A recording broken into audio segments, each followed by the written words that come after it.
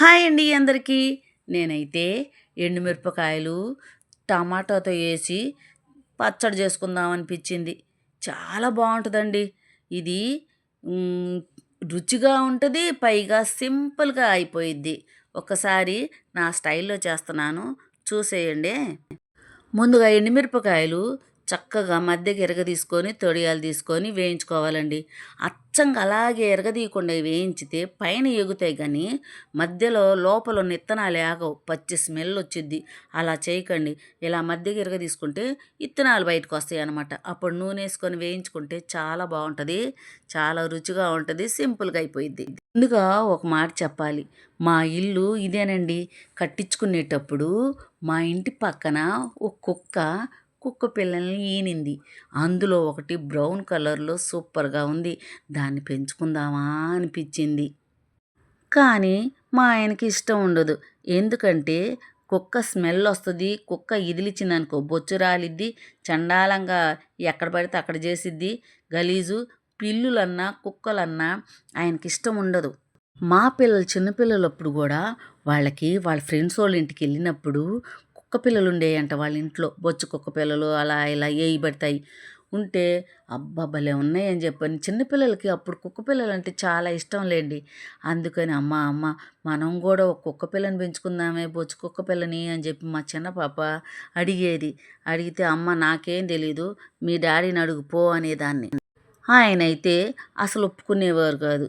వాళ్ళ కోరిక అలా నిలిచిపోయిందనుకోండి. ఈ ఇల్లు కట్టుకునేటప్పుడు మా పాప థర్డ్ క్లాస్ చదువుతుంది. అప్పటికి కూడా చిన్న పాపే కదా, అందుకని ఎలాగైనా ఒప్పిద్దామని, ఇప్పుడు మనకి సొంత ఇల్లు కదా, కుక్క ఉండాల్సిందే కాపలాగా. అప్పుడంటే అద్దె ఇళ్ళల్లో వద్దన్నావు, మళ్ళీ స్మెల్ అది ఇది అన్నావు కదా, ఇప్పుడైతే పెంచుకుందాము, ఇంట్లో కొద్దులే బయటనే గేట్ కాడ కట్టేద్దాము అని చెప్పి ఎట్టా కట్టా చెప్పి ఒప్పించా. అంతే. మా ఇద్దరు పిల్లలు చిన్నపిల్లలు చాలా బాగా హ్యాపీగా ఎంజాయ్ చేశారనుకోండి. మా మమ్మీ భలే ఒప్పించిందే అని. ఆ కుక్క పిల్లకి అది పెట్టి ఇది పెట్టి మొత్తానికి పెంచి పెద్ద చేశాము. మా పిల్లల చుట్టూ తిరుగుతూ ఉన్నా కానీ మా ఆయన మీదే ప్రేమ ఎక్కువ దానికి.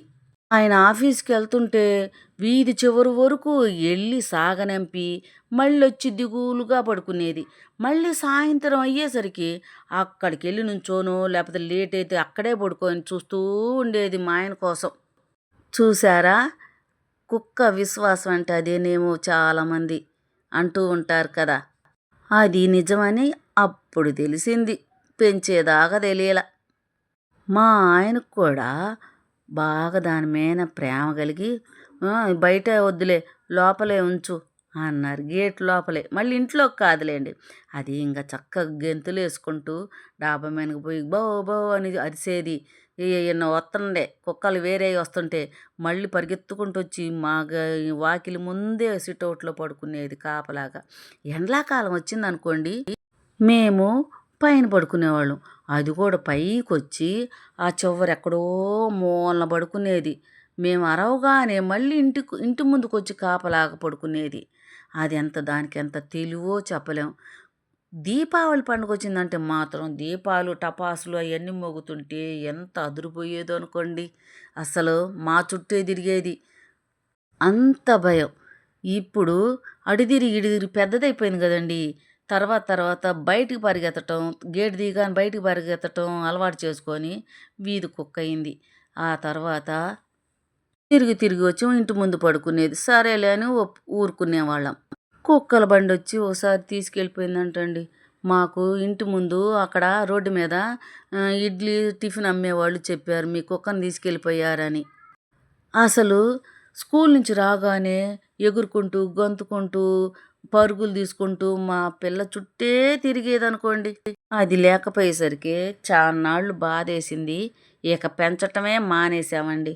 అది లేకపోతే పెంచుకున్నాం కదా ప్రేమగా, లేకపోతే చాలా కష్టం అండి. అసలు మర్చిపోలేమనుకోండి. నేనెందుకు చెప్తున్నానంటే జంతువులు పెంచకండి. అవి చనిపోయాయనుకో చాలా బాధేస్తుంది. ఆ బాధ వర్ణనాతీతం. అందుకే చెప్తున్నానండి. ఓకేనా? నా పచ్చడంతా చూసారండి ఏపటం అన్నీ చూసేశారు కదా. చాలా చాలా బాగుంటుంది. చిన్నులపై చింతపండు మిరపకాయలు దంచేస్తున్నా. అసలు ఎంత బాగుందంటే అంత బాగుంటుంది అనుకోండి. చూడటానికే కాదండి, తినటానికి కూడా అద్దిరిపోయిద్ది. ఏ కూర అక్కర్లేదు, అంత బాగుంటుంది. కొంచెం అంత చట్నీ వేసుకొని అన్నం పెట్టుకొని నెయ్యి వేసుకుంటే ఉంటుంది స్వర్గానికే. చూడండి అంత బాగుంటుంది అనమాట. ఇంకేం అక్కర్లా. టమాటాలు ఆయిల్ కాస్త ఎక్కువ వేసుకొని వేయించుకోవాలండి. ఇంకా మనం తాలింపు వేయం కదా, అందుకని నేను టమాటాల్లో కొంచెం ఎక్కువ ఆయిల్ వేసాను. రుచి అద్దిరిపోయిందనుకోండి.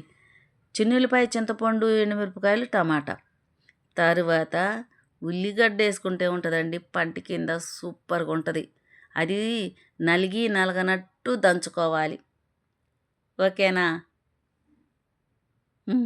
ఉప్పు సాల్లా, కాకపోతే మాకు కల్లుప్పు అయిపోయిందండి, అందుకని సాల్ట్ వేస్తున్నా. కొట్టు దగ్గరికి వెళ్ళే వాళ్ళు ఎవ్వరు లేరు, అందువల్ల సాల్ట్ వేసుకుంటున్నాను. ఓకేనా. నచ్చితే లైక్ చేయండి, షేర్ చేయండి, సబ్స్క్రైబ్. ఈ నోరు తిరగదండి ఇదంటే, చేయటం మాత్రం మర్చిపోకండి. కామెంట్ పెట్టండి ఫ్రెండ్స్.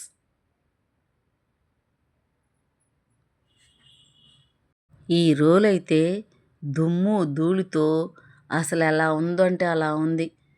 ముందు బ్రష్ వేసి అదేనండి స్క్రబ్బు, దాంతో సోప్ వేసి రుద్ది రుద్ది కడిగి ఎంత మురికొచ్చిందో.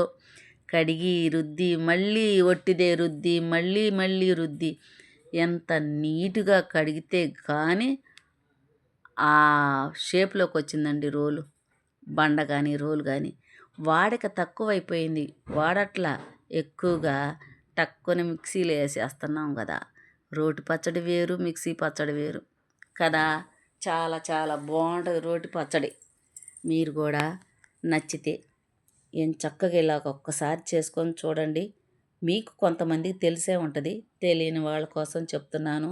చిటుక్కుని ఎండుమిరపకాయలు వేయించుకొని అంత బాగా చేసుకొని తినొచ్చు. కొత్తిమీర కొంచెం ఉంది పెట్టేసా. అసలు ఎంత బాగుందంటే అంత బాగుందండి. ఓకేనా. ఈ పచ్చడి అంటే మా నాన్నకి ఎంత ఇష్టమో. పప్పు ఎక్కువగా పప్పేనండి. తర్వాత ఈ పచ్చడి చింతపండు పచ్చడి, టమాటా పచ్చడి, చింతపండు పచ్చడి, పచ్చిమిరపకాయలు టమాటా పచ్చడి. ఈ 3 మాత్రం రోజు ఏదో ఒకటి ఉండాల్సిందే. అంత ఇష్టం మా నాన్నకి. ఓకే. చూసారా. నోట్లో నీళ్ళు ఊరుతున్నాయి అనుకోండి, అంత బాగుంటుంది.